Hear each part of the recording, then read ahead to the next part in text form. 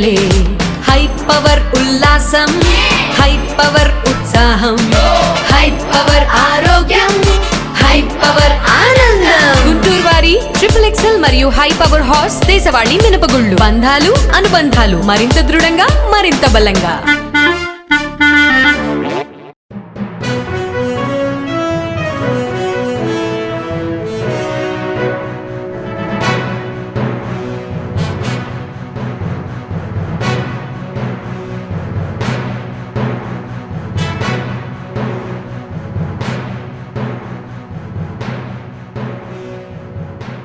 నమస్కారం, welcome to NXTG news. ఈనాటి వార్తలు. వైసీపీ నేత మాజీ ఎంపీ గోరంట్ల మాధవ్ వ్యవహారంలో నిర్లక్ష్యంగా వ్యవహరించిన 11 మంది గుంటూరు పోలీసులపై ఆ శాఖ ఉన్నతాధికారులు వేటేశారు. అరెస్ట్ చేసిన దగ్గర నుంచి కోర్టులో హాజరుపరిచే వరకు పలుమార్లు మాజీ ఎంపీ మాధవ్ నిబంధనలను ఉల్లంఘించిన పోలీసులు నిర్లక్ష్యంగా వ్యవహరించడాన్ని ఉన్నతాధికారులు తీవ్రంగా పరిగణించారు. దీనిపై గుంటూరు సౌత్ DSPతో విచారణ చేయించి ఆ నివేదిక ఆధారంగా 11 మందిని సస్పెండ్ చేశారు.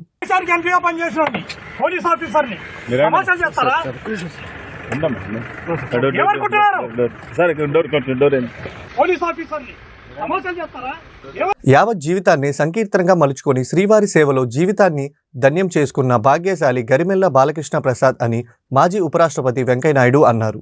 జాతీయ సాంస్కృతిక విశ్వవిద్యాలయ అకాడమీ ఆఫ్ ఫైన్ ఆర్ట్స్ ఆధ్వర్యంలో తిరుపతిలో నిర్వహించిన గరిమెల్ల బాలకృష్ణ ప్రసాద్ సంస్కరణ సభలో ఆయన పాల్గొని నివాళులర్పించారు. అన్నమయ్య కీర్తనలను ఇంటింటికి చేరువ చేసేందుకు గరిమెల్ల చేసిన కృషి అభినందనీయమన్నారు. నేటి యువతరం గరిమెల్ల జీవితాన్ని స్ఫూర్తిగా పొందాలని వెంకయ్య సూచించారు. ముందు నేను చేసే పని ఏంటంటే కాలకృత్యాలు పూర్తి చేసుకున్న తర్వాత అన్నమాచార్య కీర్తనలు వినడం. బాలకృష్ణ ప్రసాద్ గారు త్వరపరిచినట్టు ఈ సంకీర్తన గానామృతంతో రోజును మొదలు పెడతాను. సానుకూలమైన ఆలోచన రావాలి, సద్బుద్ధి కలగాలి, సదాచారాన్ని పాటించాలి, సదాశయంతో ముందుకు వెళ్లాలనే సంకల్పం కోసమని ఈ పాటలు వింటూ నేను ఆ రోజు ప్రారంభిస్తూ ఉంటాను. సంకీర్తనను స్వరపరచడానికి దాన్ని ఒక వృత్తిగా కాకుండా ఒక ప్రవృత్తిగా దాన్ని ఎంచుకొని ఒక జీవితాన్ని సంకీర్తనగా మలుచుకొని శ్రీవారి సేవలో జీవితాన్ని ధన్యం చేసుకున్న భాగ్యశాలి శ్రీ బాలకృష్ణ ప్రసాద్ గారు. సంపదలు చాలా మంది రూపాయల్లో కొలిస్తే శ్రీ బాలకృష్ణ ప్రసాద్ గారు స్వరాల్లో దాన్ని కొలుచుకున్నాడు సంపదను.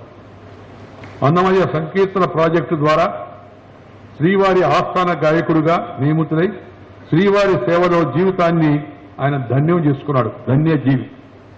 బతికి ఉండగానే శ్రీనివాసుని కృపను పరిపూర్ణంగా పొందిన బాలకృష్ణ ప్రసాద్ గారు వారికి మరణం లేదు. వారికి ఆత్మము సజీవము సమున్నతము.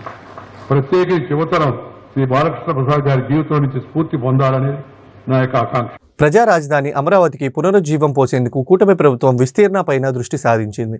ఇందులో భాగంగా మరో 30,000 ఎకరాలు సమకూర్చేందుకు సిద్ధమవుతుంది. అంతర్జాతీయ విమానాశ్రయంతో పాటు ఔటర్ ఇన్నర్ రింగ్ రోడ్లకు అనుసంధానంగా ఏర్పాటయ్యే ప్రాజెక్టుల కోసం కోర్ క్యాపిటల్కు చుట్టుపక్కల ఉన్న గ్రామాల్లో భూ సమీకరణ చేసేందుకు CRDA ప్రణాళికలు సిద్ధం చేస్తుంది.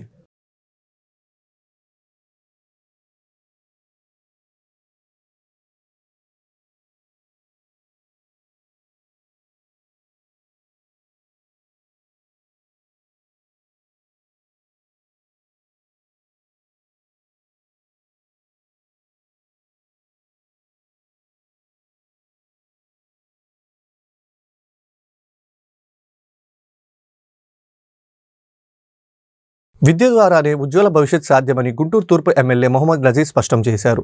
ఆ దిశగా విద్యార్థులు బాగా చదువుకోవాలని ఆకాంక్షించారు. క్రమశిక్షణ, అంకిత భావంతోనే ఎంచుకున్న లక్ష్యాన్ని విద్యార్థులు సాధించాలని అభిలాషించారు. పాత గుంటూరు వాసవి స్కూల్ వార్షికోత్సవ గ్రాడ్యుయేషన్ వేడుకల్లో గుంటూరు తూర్పు MLA Mohammed Nazeer, CID DSP G Lakshminarayana, doctor BV Chandrasekhar ముఖ్య అతిథులుగా పాల్గొన్నారు. ఈ సందర్భంగా స్కూల్ MD శ్రీనివాసరావు ముఖ్య అతిథులను ఘనంగా సత్కరించారు. ఈ మేరకు ఎమ్మెల్యే మాట్లాడుతూ విద్య అనేది సమగ్ర మానవ వికాసానికి బాటలు వేస్తుందన్నారు. కార్పొరేట్ స్కూళ్లకు ధీటుగా బడ్జెట్ స్కూళ్లు విద్యను అందిస్తున్నాయని పేర్కొన్నారు. విద్యతో పాటు క్రీడలు, సాంస్కృతిక కార్యక్రమాలు పెద్దపీట వేస్తున్న వాసవి స్కూల్ MD శ్రీనివాసరావును ఎమ్మెల్యే అభినందించారు. ఈ సందర్భంగా విద్యార్థులు ప్రదర్శించిన పలు ప్రదర్శనలు వీక్షణను ఆకట్టుకున్నాయి.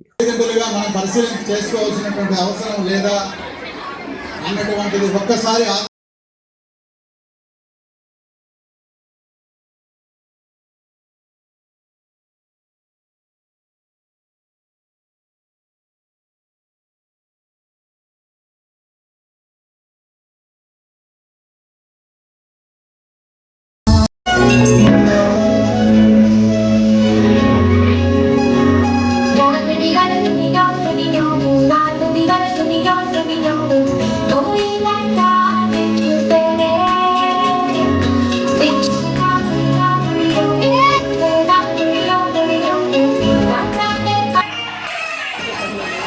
feel very proud.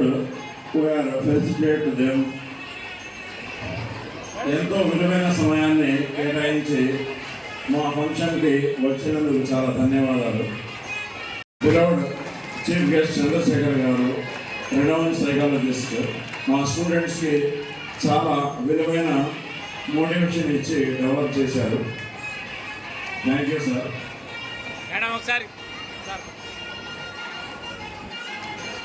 మిగతా 12 గంటలు తను స్కూల్లో ఉంటాడు.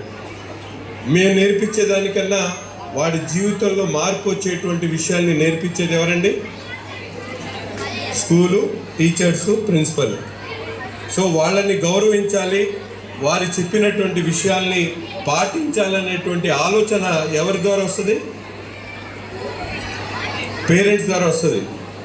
టీచర్స్ని గౌరవించడం, టీచర్ల మర్యాదని, వాళ్ళ గౌరవాన్ని కాపాడేటువంటి సంస్కృతి మనం పిల్లలకి పేరెంట్స్ అయినటువంటి వాళ్ళు మనందరం కూడా నేర్పించాల్సినటువంటి అవసరం ఉంది. ఈరోజు కేవలం చదివితే చాలు మా పిల్లవాడు అని చెప్పి అనుకునేటువంటి వాళ్ళు చాలా తక్కువ మంది ఉన్నారు.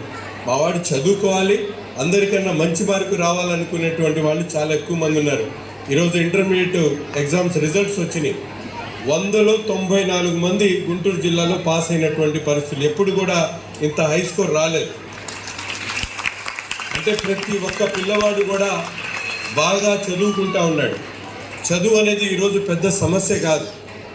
ఉన్నవాడు కూడా లేనివాడు కూడా తమ పిల్లలు బాగా చదువుకోవాలి, మంచి స్కూల్లో చదువుకోవాలి, చదువుకున్న తర్వాత ర్యాంక్ కొట్టి నీట్ ద్వారానో ఎంసెట్ ద్వారానో మంచి కాలేజీలో అడ్మిషన్ సాధించుకోవాలని ప్రతి పిల్లవాడి తల్లిదండ్రులు కూడా ఆలోచిస్తున్నటువంటి పరిస్థితులు ఉన్నాయి. గత 40 సంవత్సరాల క్రితం ఇదే గుంటూరు నగరంలో ముస్లిమ్స్లో చాలామంది పిల్లల్ని స్కూల్కి పంపించేటువంటి పరిస్థితులు కూడా లేవు. కానీ ఈ 40 సంవత్సరాల్లో కూలీ చేసుకొని 400 రూపాయలు సంపాదించుకునేటువంటి తల్లిదండ్రులు కూడా 300 రూపాయలు వాళ్ళ ఎడ్యుకేషన్ కోసం పెడుతున్నటువంటి పరిస్థితులు ఉన్నాయి. ఎంతో గారాభంగా పిలుచుకునేటువంటి పిల్లల్ని హాస్టల్స్లో పెట్టి చదివిస్తూ ఉన్నారు. దానివల్ల ఏంటంటే విద్యకు ఉన్నటువంటి ప్రాముఖ్యత ఏంటో మనందరికీ కూడా తెలుస్తూ ఉంది. ఒక ఇంట్లో కంప్లీట్ కుటుంబంలో మార్పు రావాలంటే ఆ ఇంట్లో ఎవరో ఒకడు చదువుకున్నటువంటి వ్యక్తి ఉద్యోగం సాధిస్తే ఆ ఇంట్లో మార్పు వస్తుంది. 1 కోటి రూపాయల ఆస్తి ఇచ్చినా కూడా ఆ విలువ తెలీదు. కనీసం చదువుకొని ఉన్నటువంటి వాడికే ఆ విలువ తెలుస్తుంది. కాబట్టి ఈరోజు చదువుతో పాటు పిల్లలకి మిగతా విషయాల్లో కూడా మీరందరూ కూడా మంచి జ్ఞానాన్ని అందించాలి. బహుశా మీరంతా కూడా భగవంతుని యొక్క స్వరూపాలుగా నేను భావిస్తూ ఉంటాను. ఎందుకంటే మనం ఏ చదువుకున్నా కూడా ముందుగా భగవంతుని ప్రార్థిస్తాం మనం. ఎందుకంటే భగవంతుడు లేనిది మన జీవితాలు ఎప్పుడూ కూడా సంపూర్ణం కావు అనేటువంటి విషయం మీ అందరికీ కూడా తెలిసినటువంటి విషయమే. సరదాల పరిచయం, చెరిగిపోని సంతకం అంటూ ఒకటి ఉంటుంది మనిషి జీవితంలో. అదే మనిషి యొక్క చదువు యొక్క జీవితం. చిన్నప్పటి నుంచి అది ఎల్కేజీ అనండి, యూకేజీ అనండి, డిగ్రీ అనండి, పీజీ అనండి, పిహెచ్డి అనండి, ఏదైనా కూడా మనిషి జీవితంలో ఒక ఉన్నతమైనటువంటి స్థానానికి, ఉన్నతమైనటువంటి విలువలకి ఆస్కారం ఇస్తూ సాగేటువంటి జీవన విధానమే ఒక విద్యాభ్యాసం. అయితే చదువుకున్న చదువు వేరు, మనం సాగించే జీవన విధానం వేరు అనేటువంటి విషయం మీ అందరికీ కూడా తెలుసు. ఇక్కడ పార్కింగ్ చేయకూడదంటే పార్కింగ్ చేస్తాం, కారు నడిపేటప్పుడు బెల్ట్ పెట్టుకోండి అంటే బెల్ట్ పెట్టుకోం. సో ఉదయాన్నే 6 గంటలకు నిద్ర లేగమంటే నిద్ర లేగము, సకాలంలో భోజనం చేయమంటే భోజనం చెయ్యము, పెద్దల్ని గౌరవించమంటే గౌరవించము, గురువుల్ని పూజించమంటే పూజించము, దేశాన్ని అభిమానించమంటే అభిమానించేటువంటి పరిస్థితి ఈనాడు లేదు. ఎందుకంటే తల్లిదండ్రులందరికీ కూడా కావాల్సిందే పిల్లలు 4 మాటలు ఇంగ్లీష్లో నేర్చుకోవటం, 4 ర్యాంకులను తెచ్చుకోవటం, ఒక ఉద్యోగాన్ని తెచ్చుకోవటం, అంతటితో జీవితం పరిసమాప్తం అవుతుందని చెప్పి అనుకుంటాం. సో ఇక్కడ ఒక అద్భుతమైనటువంటి స్కిట్ని ప్రదర్శించారు, మీరు చూసే ఉంటారు. ఒక మనిషి జీవితంలో సోషల్ మీడియా, ఫేస్బుక్ అనండి, గూగుల్ అనండి, ఇన్స్టాగ్రామ్ అనండి, ఏదైనా అనండి, ఏ విధంగా జీవితాన్ని వక్ర మార్గంలో మనశ్శాంతి లేకుండా చేస్తుందన్నటువంటి విషయం అందరికీ కూడా తెలిసినటువంటి విషయమే. సినీ నటి సంయుక్త గుంటూరులో సందడి చేశారు. నగరంలో లక్ష్మీపురంలో నూతనంగా ఏర్పాటు చేసిన ఓ బంగారు నగల దుకాణాన్ని ఆమె ప్రారంభించారు. అనంతరం మీడియాతో మాట్లాడుతూ అఖండ 2 సినిమాలో హీరోయిన్గా నటించడం ఆనందంగా ఉందన్నారు. ఈ సందర్భంగా నటిని చూసేందుకు అభిమానులు అధిక సంఖ్యలో తరలివచ్చారు.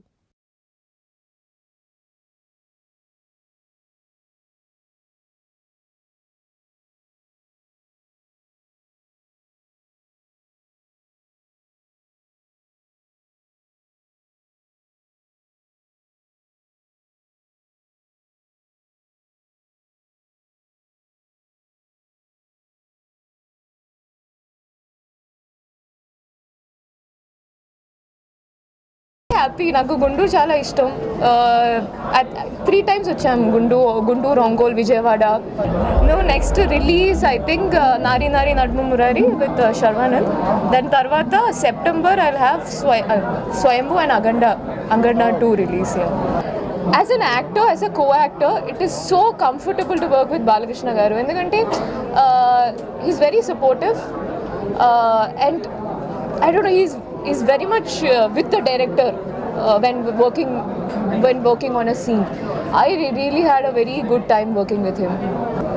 I want a good story, good character with the actors I love. So I want to work with all the actors. కానీ అప్పుడు మంచి స్టోరీ, మంచి క్యారెక్టర్ పడాలి. Then only people will remember or appreciate my work. దానికోసం ఎదురు చూస్తున్నాం. తిరుమల శ్రీవారిని నటుడు శ్రీకాంత్ తనయుడు సినీ హీరో రోషన్ దర్శించుకున్నారు. శనివారం వీఐపీ ప్రారంభ విరామ దర్శన సమయంలో ఆయన స్వామివారి సేవలో పాల్గొన్నారు. దర్శన అనంతరం రంగనాయకుల మండపంలో రోషన్కి పండితులు ఆశీర్వచనం చేసి స్వామివారి తీర్థప్రసాదాలను అందజేశారు.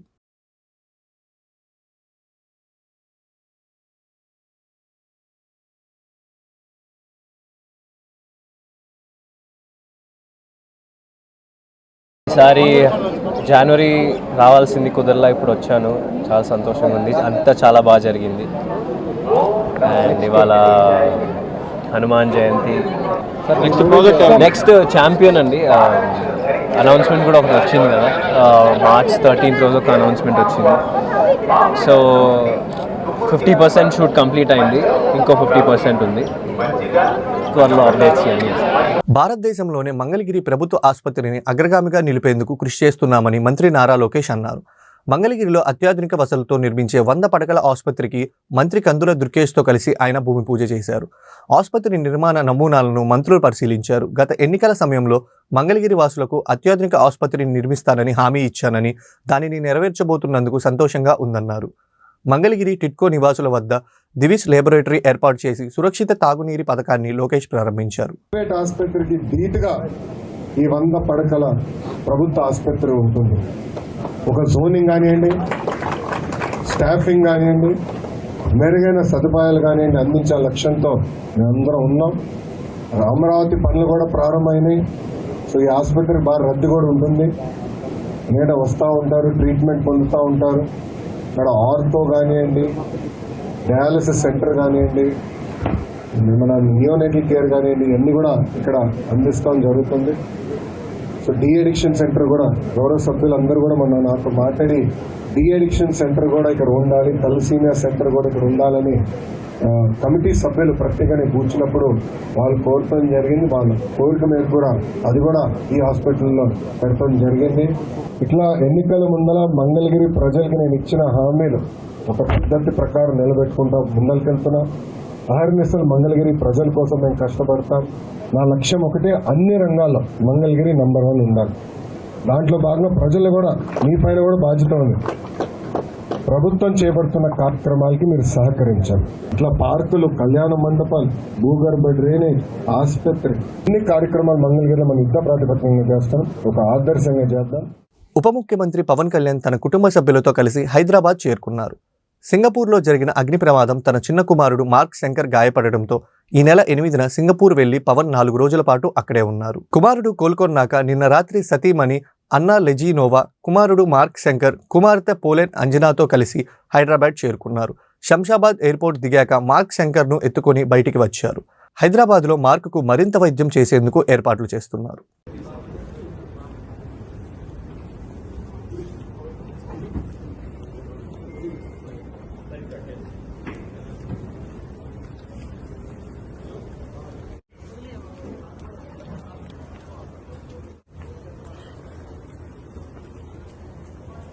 ఈ వార్తలు ఇంతటితో సమాప్తం. తిరిగి మరో బులెటిన్లో మళ్ళీ కలుద్దాం. నమస్కారం.